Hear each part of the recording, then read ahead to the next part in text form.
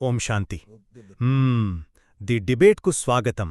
ఇది సత్యం మరియు విభిన్న దృక్కోణాల మధ్య జరిగే లోతైన మేధో మథన విశ్లేషణ. ఒక చిన్న విషయం ఊహించుకోండి. సముద్రపు ఒడ్డున నిలబడి ఒక చిన్న టీ కప్పుతో ఆ అనంతమైన జలరాశిని కొలవాలని చూసే వ్యక్తిని చూస్తే మనకు ఖచ్చితంగా నవ్వొస్తుంది కదా. అవును, ఖచ్చితంగా. అది అంటే చూడ్డానికి చాలా హాస్యాస్పదంగా అనిపిస్తుంది. ఎగ్జాక్ట్లీ. ఆ ప్రయత్నం ఎంత అసాధ్యంగా అనిపిస్తుందో తీరా చూస్తే మానవాళి అంతా శతాబ్దాలుగా సరిగ్గా ఇదే చేస్తోందని ఈ శివబాబా జ్ఞానమురళిలో బాబా చెబుతున్నారు. మనుష్యులు తమ పరిమితమైన భౌతిక బుద్ధితో ఆకాశాన్ని, సృష్టి యొక్క అంతాన్ని కొలవాలని చూస్తున్నారు. నిజమే. ఈనాటి మన చర్చాంశం కూడా ఇదే. భక్తిమార్గము అంటే భౌతిక మరియు భావోద్వేగ ఆరాధన, మరియు జ్ఞానమార్గము అంటే సత్యమైన ఆధ్యాత్మిక మేల్కొలుపు. ఈ రెండింటి మధ్య ఉన్న అసలైన వ్యత్యాసమేమిటి? మానవులు తమ బుద్ధిని భౌతిక శాస్త్రం, ఈ అంతరిక్ష పరిశోధనల కోసం వెచ్చించాలా, లేక తమను తాము పూజ్యులుగా మార్చుకునే ఉన్నతమైన ఆధ్యాత్మిక జ్ఞానం వైపు మళ్లించాలా? ఈ శివబాబా జ్ఞానమురళిలో బాబా చెబుతున్నారు, సద్గతి అనేది కేవలం సత్యమైన జ్ఞానం మరియు ఒక్క తండ్రి ద్వారా మాత్రమే సాధ్యం. భక్తి మరియు భౌతిక శాస్త్రాలు ఆత్మను అసలైన లక్ష్యానికి చేర్చలేవు అనేది నా స్థిరమైన వాదన. చూడండి, మీరు చెప్పిన ఆ సముద్రం టీకప్పు ఉదాహరణ నిజంగా చాలా లోతైనది. ఆ వ్యక్తి ఆ సముద్రాన్ని కొలవలేకపోవచ్చు, కాని ఆ ప్రయత్నంలో అతనికి సముద్రం ఎంత అనంతమైనదో అనుభవపూర్వకంగా అర్థమవుతుంది కదా. నేను ఈ తత్వశాస్త్రాన్ని కొద్దిగా భిన్నమైన కోణంలో విశ్లేషిస్తాను. అంటే భక్తిని సమర్థిస్తున్నారా? పూర్తిగా సమర్థించడం కాదు, కాని మురళీలోని డ్రామా లేదా 5000 సంవత్సరాల పునరావృతమయ్యే సృష్టిచక్రం అనే భావనను మనం లోతుగా పరిశీలిస్తే భక్తి మరియు మానవ మేధ అన్వేషణలు కేవలం వృధా కావు అని నా వాదన. అవి ఆత్మను అలసిపోయేలా చేసి దాని పరిమితులను దానికి తెలియజెప్పి తిరిగి తండ్రివైపు మళ్లించే ఒక అనివార్యమైన ప్రక్రియ. భక్తిని కేవలం ఒక దారి మళ్లింపుగా చూడలేము కదా. మీ వాదన వినడానికి బాగానే ఉంది, కాని సత్యమనేది ఇంత సరళంగా ఉండదు. మనం యంత్రాంగాన్ని అంటే ఆత్మ ఎలా పనిచేస్తుంది అనే విధానాన్ని సూక్ష్మంగా పరిశీలించాలి. ఈ శివదాబా జ్ఞానమురళిలో బాబా స్పష్టంగా చెబుతున్నారు, భక్తి చేయడం ద్వారా జ్ఞానం లభించదు అని. అది ద్వాపరయుగంలో మొదలైన ఒక మార్గం మాత్రమే. మురళిలో మీరాబాయి ఉదాహరణను స్పష్టంగా ప్రస్తావించారు కదా. శ్రీకృష్ణుడితో మీరాబాయికి ఉన్న ప్రేమ సత్యమైనదే, అందులో ఎలాంటి కల్మషం లేదు. ఆమె నిరంతరం ఆయననే తలుచుకునేది. కాని దయచేసి చెప్పండి, ఆమెకు సద్గతి లభించిందా? సద్గతి లభించలేదు, అది వాస్తవమే. కాని లేదు కదా. ఎందుకంటే శ్రీకృష్ణుడు సత్యయుగానికి చెందిన మొట్టమొదటి యువరాజు మాత్రమే కాని సర్వ ఆత్ములకు తండ్రి అయిన పరమపిత కాదు కదా. భక్తి మార్గంలో మనుష్యులు విగ్రహాలను పూజిస్తూ దేవుణ్ణి చేరుతామని భ్రమపడతారు. ప్రేమ ఎంతుందన్నది ముఖ్యం కాదు, ఆ ప్రేమను సరైన చిరునామాకు పంపుతున్నామా లేదా అన్నది ముఖ్యం. దేవుడే స్వయంగా చెబుతున్నారు, ఇవన్నీ నా నుండి దూరము చేసే మార్గాలు అని. కేవలం భావోద్వేగంతో చేసే భక్తి ఆత్మకు సద్గతిని ఎలా ఇస్తుంది? మీరాబాయి ఉదాహరణను మీరు విశ్లేషించిన తీరు కరెక్టే. ఆమె ప్రేమ తప్పుడు చిరునామానుకు వెళ్ళిందన్న మీ తార్కికత బలంగానే ఉంది. కాని ఒక్క నిమిషం, ఆ భావోద్వేగ పునాది వెనుకున్న సైన్స్ను మనం అర్థం చేసుకోవాలి. ఆత్మ సత్యయుగంలో దేవతగా ఉన్నప్పుడు దానికి భక్తి అవసరం లేదు, దానికి జ్ఞానం గుర్తులేదు కూడా. అవును, అప్పుడు ప్రారబ్ధాన్ని అనుభవిస్తుంది. ఎగ్జాక్ట్లీ. అయితే ఈ 5000 సంవత్సరాల డ్రామాలో ఆత్మ ద్వాపాయుగంలోకి ప్రవేశించి కిందకు పడటం మొదలైనప్పుడు దానిలో ఒక వెలితి ఏర్పడుతుంది.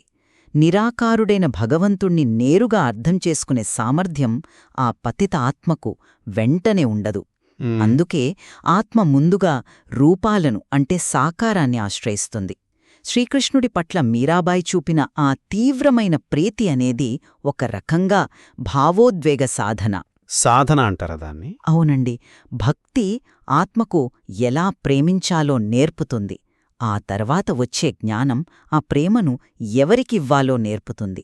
ఆ ప్రేమించే సామర్థ్యం లేకుండా సంగమయుగంలో తండ్రి రాగానే ఆత్మ ఆయనను ఎలా గుర్తించగలదు? భక్తి లేకపోతే ఆ ఆకర్షణ ఎక్కడ్నుండి వస్తుంది? అంటే మీరు భక్తిని ఒక ప్రాక్టీస్ లేదా రిహార్సల్గా సమర్థిస్తున్నారు, కాని నేను దీన్ని అంగీకరించను. ఎందుకంటే ఆ రిహర్సల్లోనే ఆత్మ తన శక్తిని పూర్తిగా కోల్పోయి తమోప్రధానంగా మారుతుంది. తమోప్రధానమంటే ఆధ్యాత్మిక శక్తి పూర్తిగా క్షీణించిపోయిన స్థితి. మనుషులు భగవంతుడు ఒక పిలకలాంటివాడని భావిస్తారు కదా. అవును, అదొక సాధారణ నమ్మకం. అంటే ఏ మార్గంలో వెళ్ళినా చివరికి పైన ఉన్న ఆ దేవుడి దగ్గరికే మెల్తాము అనే ఒక భయంకరమైన భ్రమలో జీవిస్తారు. ఇది భక్తి సృష్టించిన అజ్ఞానం. భక్తి ఒక వలలాంటిది. జ్ఞానం మాత్రమే ఆ బంధాలను తెంచివేస్తుంది. సద్గతి కేవలం ఒక్క నిరాకార తండ్రి ఇచ్చే జ్ఞానం ద్వారానే లభిస్తుందని ఈ శివబాబా జ్ఞానమురళిలో బాబా చెబుతున్నారు. దాన్ని ఒక అవసరమైన మెట్టుగా నేనైతే చూడలేను. భక్తి ఆత్మను తమోప్రధానంగా మారుస్తుంది అన్న మీ వాదన కరెక్టే. కాని ఆ క్షీణత ఈ డ్రామాలో లోపం కాదు కదా. సృష్టిచక్రంలో కలియుగ అంతం వచ్చేసరికి ఆత్మలు పూర్తిగా పతితంగా మారడమనేది ఒక సహజమైన నియమం. ఏ శక్తి అయినా సమయంతో పాటు క్షీణించాల్సిందే కదా. క్షీణిస్తుంది కాని ఒక్క నిమిషం. భక్తి మార్గంలో మనుష్యులు అలసిపోవడం వల్లనే కదా ఆత్మలో ఆ తీవ్రమైన ఆర్తి రగుల్తుంది. ఆ అలసటే కదా, ఓ పతిత పావన, మీరు వచ్చి మమ్మల్ని పావనముగా చెయ్యండి అని పిలిచేలా చేస్తుంది. ఆ పిలుపు లేకపోతే నిరాకారుడైన తండ్రి భూమిపైకి రావాల్సిన అవసరమేముంది? మీరు భక్తిని భ్రమ అంటున్నారు. నేను దానిని ఒక పిలుపుగా చూస్తున్నాను. మీ ఉద్దేశ్యం నాకు అర్థమైంది. కాని భక్తిలో ఆత్మకు సత్యమైన జవాబులు దొరకనప్పుడు మనిషి మరింత లోతైన అజ్ఞానంలోకి వెళ్ళిపోయాడు. తన దృష్టిని ఆ భావోద్వేగాల నుండి భౌతిక ప్రపంచం వైపు మళ్లించాడు. ఖచ్చితంగా ఇక్కడే మనిషి అహంకారం భౌతిక సైన్స్ రూపంలో తెరపైకొస్తుంది. సైన్స్ గురించి ఈ శివబాబా జ్ఞానమురళిలో బాబా భౌతిక సైన్స్ గురించి చాలా స్పష్టమైన హెచ్చరిక చేశారు. అనంతమైన ఒక దారాన్ని దాని కొన ఎక్కడుందో తెలియకుండా ఒక చిన్న చీమ కొలుచుకుంటూ వెళ్ళినట్లుంది మనుషుల పరిస్థితి అని బాబా చెప్పారు. మనుష్యులు రాకెట్లలో ఆకాశమంతాన్ని కనుక్కోవాలని వెళ్తారు.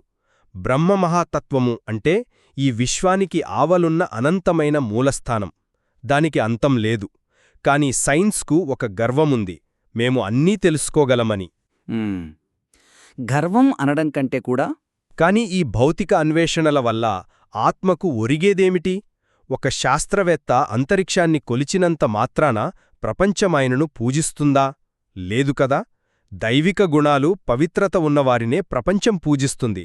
ఆ చీమ మరియు దారం ఉదాహరణను మీరు చాలా చక్కగా చెప్పారు. కాని ఆ దృష్టాంతం వెనుక ఉన్న మానసిక యంత్రాంగాన్ని మనం చూడాలి. అసలు ఆ చీమ ఆ దారాన్ని ఎందుకు కొలవడానికి ప్రయత్నిస్తుంది? మానవుడు ఎందుకు ఆకాశమంతూ చూడాలనుకుంటున్నాడు? అహంకారం వల్ల. కేవలం అహంకారం కాదు. ఎందుకంటే ఆత్మకు తన అనంతమైన మూలం గురించి అంతర్గతంగా ఒక మసకబారిన జ్ఞాపకం మిగిలి ఉంది. ఆత్మ నిరాకారి ప్రపంచం నుండి వచ్చింది. ఆ శాంతిధామాన్ని, ఆ అనంతమైన అనుభూతిని భౌతిక ప్రపంచంలో వెతుకుతోంది. ఈ శివబాబా జ్ఞానమురళిలో బాబా కూడా మనకు నిరాకారి వృక్షాన్ని అర్థం చేయించడానికి ఏమన్నారు? ఆకాశము ఎంత పెద్దదో బ్రహ్మమహాతత్వము కూడా అంత పెద్దదిగా ఉంటుంది అని అన్నారు. అంటే అనంతమైన సత్యాన్ని అర్థం చేయించడానికి ఈ భౌతికమైన ఆకాశం యొక్క ఉదాహరణే బాబాకి అవసరమైంది కదా. అంటే సైన్స్ను ఒక సాధనంగా అంటారా? అవును. సైన్స్ జ్ఞానానికి వ్యతిరేకం కాదు.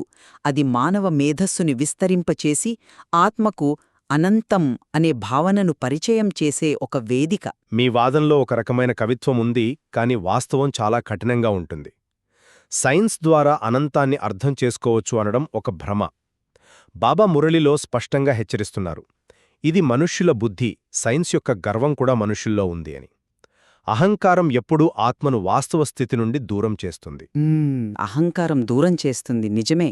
శాస్త్రవేత్తలు సముద్రం అడుగున ఏముందో వెతుకుతారు, అంతరిక్షంలో ఏముందో శోధిస్తారు, కాని తమ లోపల ఏముందో వెతుక్కోరు. తమ ఆత్మ పతితంగా ఉందానొక్క క్షణం కూడా చెక్ చేసుకోరు. అందుకే బాబా ఏమంటున్నారంటే, బుద్ధిని బయటి ప్రపంచాన్ని అన్వేషించడానికి బదులు మిమ్మల్ని మీరు పూజ్యులుగా మార్చుకోవడానికి ఉపయోగించండి అని. మీరు ఎంత జయించినా మీరు దేవతలు కాలేరు కదా. అంతర్గత శోధనే అంతిమ లక్ష్యం అని నేను కూడా అంగీకరిస్తాను. కాని మీరు డ్రామాను అందులోని సమన్వయాన్ని విస్మరిస్తున్నారు. బాబా కేవలం కళ్ళు మూసుకుని అడవుల్లోకి వెళ్లి తపస్సు చేయమని చెప్పడం లేదు కదా. ఈ సంగమ యుగంలో అంటే ఈ పరివర్తన సమయంలో ఆచరణాత్మక వాస్తవికత గురించి ఎంత అద్భుతంగా చెప్పారో చూడండి. మీరు ఆత్మిక సేవ గురించి మాట్లాడుతున్నారు. అవును, ఆత్మిక సేవే ముఖ్యం. కరెక్టే. కాని ఈ ఆత్మిక సేవ ఎలా జరగాలని ఈ శివబాబా జ్ఞానమురళీలో బాబా చెప్తున్నారు. వివిధ భాషలలో చిత్రాలను తయారు చేయాలి అంటున్నారు. ప్రదర్శనీలు మరియు ప్రొజెక్టర్ల అవసరాన్ని నొక్కి చెప్పారు. అంతేకాదు మంత్రులు పలుకుబడి ఉన్నవారు ప్రభావితమైతే ఈ జ్ఞానం వేగంగా వ్యాపిస్తుంది అని కూడా అన్నారు. అంటే దీని అర్థమేమిటి? ఆధ్యాత్మిక సద్గతి కూడా ఈ భౌతిక సాధనాలపైనే ఆధారపడి ఉంది కదా. చూడండి, మీరు సాధనాలకు లక్ష్యానికి మధ్య ఉన్న వ్యత్యాసాన్ని మర్చిపోతున్నారు. వాహనానికి గమ్యానికి మధ్యున్న తేడా మర్చిపోకూడదు. ఈశ్వరీయ జ్ఞానం భౌతిక సాధనాలను వాడుకుంటోందన్నది సత్యమే, కాని వాటి పట్ల మన దృక్పథం ఎలా ఉండాలి అన్నదే ఇక్కడ కీలకం. బాబా ఏమన్నారు? గృహస్థ వ్యవహారములో కూడా ఉండాలి, తోడు నిర్వర్తించాలి. కమలపుష్ప సమానంగా ఉండాలి. ఎగ్జాక్ట్లీ. బురదలో ఉన్నా దానికంటకుండా పవిత్రంగా ఉండే తామరపువ్వులా ఉండాలి. మనం ప్రొజెక్టర్లు వాడవచ్చు, మంత్రులతో మాట్లాడవచ్చు, కాని మన అంతర్గత లక్ష్యం అందరి ప్రీతిని ఒక్క తండ్రితో జోడింపజేయడం మాత్రమే. వనరులు కేవలం పనిముట్లు. ఆత్మకు సద్గతినిచ్చేది స్వచ్ఛమైన జ్ఞానం మాత్రమే. భక్తిమార్గపు గురువులు ఆ సాధనాల్లోనే చిక్కుకుపోయారు కదా.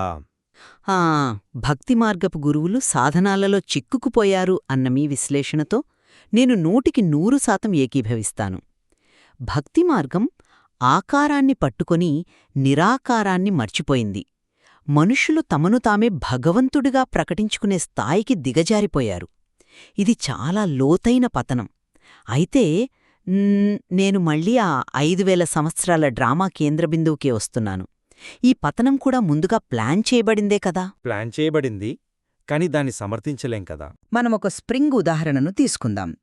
ఒక స్ప్రింగ్ను ఎంత గట్టిగా కిందుకు నొక్కితే అది అంత వేగంగా పైకి లేస్తుంది. భక్తి మార్గంలో ఆత్మ పొందిన ఆ అత్యంత లోతైన పతనం, ఆ భౌతిక ఆకర్షణలలో పడ్డ అలసట, ఇవన్నీ ఆ స్ప్రింగ్ను కిందకు నొక్కే ప్రక్రియలు. అప్పుడే ఆత్మలో ఒక తీవ్రమైన వైరాగ్యం పుడుతుంది.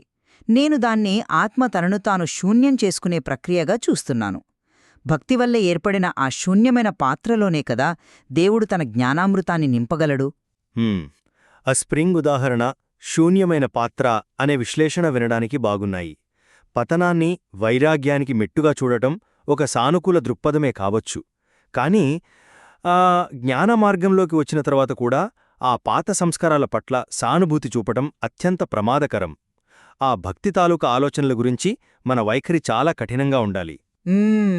ఎందుకంటే ఈ శివబాబా జ్ఞానమురళిలో బాబా ఒక అద్భుతమైన మాట చెప్పారు. చేసిన తర్వాత ఆలోచించడమే పశ్చాత్తాపము యొక్క రూపము. జ్ఞానంలోకి వచ్చాక కూడా ఆత్మ పాత భౌతిక ఆకర్షణల వైపు మొగ్గు చూపిస్తే అది ఆత్మను లక్ష్యానికి చేరనివ్వదు. మనం ఒక ఈశ్వరీయ ముక్తిదలం. ఒక సైనికుడికి ఎంత క్రమశిక్షణ ఉండాలో ఈ మార్గంలో అంత స్పష్టత ఉండాలి కదా. మనం ప్రతి ఆత్మ నుండి ఆశీర్వాదాలు పొందే మహాన్ ఆత్మలుగా మారాలి. భక్తి యొక్క భావోద్వేగాలు ఈ క్రమశిక్షణను నీరుగారుస్తాయి. ముక్తిదళం యొక్క క్రమశిక్షణ పట్ల మీకున్న నిబద్ధత నిజంగా ప్రశంసనీయం. పాత ప్రపంచం పట్ల వ్యామోహం ఉండకూడదన్నది సత్యమే. కాని జ్ఞానపు ఔన్నత్యాన్ని సంపూర్ణంగా ఆస్వాదించాలంటే ఆ 5000 సంవత్సరాల డ్రామాలో ప్రతి అంకానికి ఉన్న విలువను కూడా మనం గుర్తించాలి. ఈ శివబాబా జ్ఞానమురళిలో బాబా చాలా అందంగా ఒక మాట చెప్పారు. ఏమీ జరిగినా సరే నేటికి 5000 సంవత్సరాల క్రితం కూడా ఇలాగే జరిగింది అని అంటారు. వాస్తవానికిది చాలా స్పష్టమైన విషయమో. అవును, అన్నీ రిపీట్ అవుతాయి. అంటే దీని అర్థం సంపూర్ణమైన అంగీకారం. భక్తి మార్గంలో అజ్ఞానముండింది, సైన్స్లో అహంకారముండింది. అవన్నీ 5000 ఏళ్ల క్రితం జరిగాయి, మళ్లీ జరిగాయి. ఆ విశాలమైన అంగీకారం వచ్చినప్పుడే మన ఆత్మిక అవస్థ చాలా సంతోషంగా ఉంటుంది. మీరు భక్తిని ద్వేషించాల్సిన అవసరం లేదు. అవన్నీ డ్రామాలో ఒక భాగం. ఆ ఈజీ నేచర్ అనగా ఎటువంటి సమయమో ఎటువంటి పరిస్థితిలో వాటిని గమనిస్తూ స్వయాన్ని ఈజీగా చేసుకోవాలి. మీరు చాలా అద్భుతమైన పాయింట్ని తెరపైకి తెచ్చారు. ఆ ఈజీ నేచర్ లేదా సులభమైన స్వభావమనేది జ్ఞానానికి ఒక ఆభరణం లాంటిది. అవును, ఒక రకంగా చూస్తే ఈ సత్యమైన జ్ఞానమనేది కేవలం కఠినమైన నియమాల పట్టిక కాదు. అది మనసును విశాలంగా మార్చే దివ్యౌషధం. భౌతిక సాధనాలతోనో భావోద్వేగాలతోనో ఈ సృష్టి రహస్యాలను ఛేదించలేము.